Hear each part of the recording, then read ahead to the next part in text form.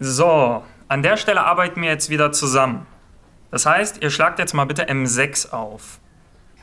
Wie geht es weiter? Ihr habt nun allgemeine Informationen erhalten zum Thema NPD, was für oder gegen ein Verfahren sprechen kann. Was sollten wir jetzt tun, wenn wir zusammen diskutieren wollen? Drüber reden.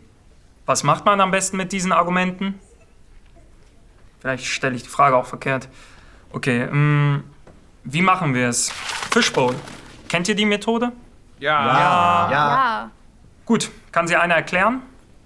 Jakob, fang mal an. Also, ich weiß nicht. Ungefähr. Eine Anzahl von Schülern setzt sich in die Mitte. In dem Fall hier, wie viele? 4. Ja, 4 Stück. An einem Tisch. Und da gibt es 2, die für das Thema sind und 2, die gegen das Thema sind. Pros und Kontras. Und die machen dann mit Argumenten, versuchen die anderen zu überzeugen. Richtig, mit Argumenten. Damit sind wir auch schon beim Punkt. Schaut mal, was es für Arten von Argumenten gibt. M6. Es gibt Argumente zur Stützung der eigenen Position, die man anführen kann. Also eine Strategie wäre dann, ein Gegenargument zu finden. Beispiele dazu? Tagsüber ist es hell. Gegenargument? Nachts ist es dunkel. Verstanden? Okay. Argumente der anderen Position kritisch prüfen. Strategien, Einwand, kritische Frage. Ideen? Alle Mädchen sind blöd. Gibt es keine Fragen zu? Nein? Was wäre jetzt die Strategie? Die kritische Frage. Warum? Wo hast du das her? Welche Zahlen belegen das? Warum bringe ich das Beispiel? Weil gerade jemand rausgegangen ist und hat genau das behauptet. Statistisch wäre das so. Okay. Argumente gegen Kritik verteidigen, aber auch Zugeständnisse machen. So eine Art bisschen aufeinander zugehen. Und? Ja, das stimmt. Aber das ist so und so. Aber Teile, ne?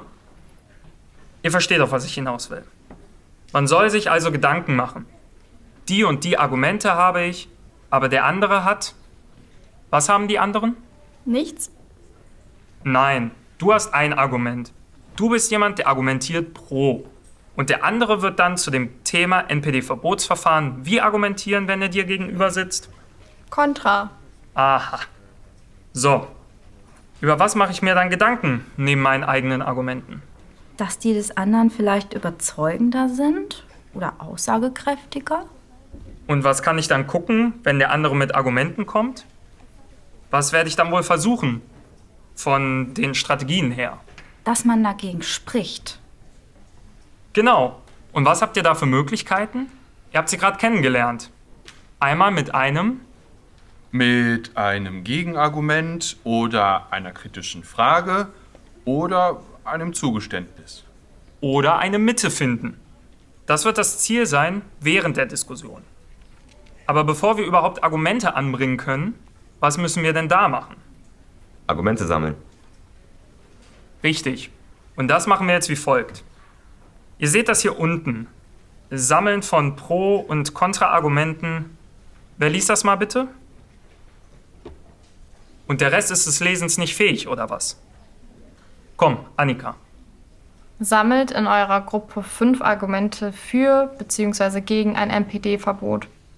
Nutzt hierzu den für eure Gruppe vorgesehenen Text, siehe Tabelle 1.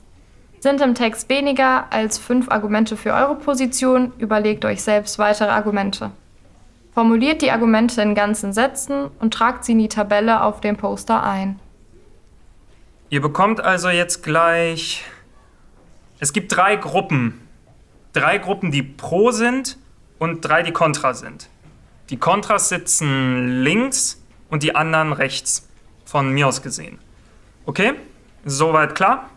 Dann bildet ihr einfach 3 Gruppen.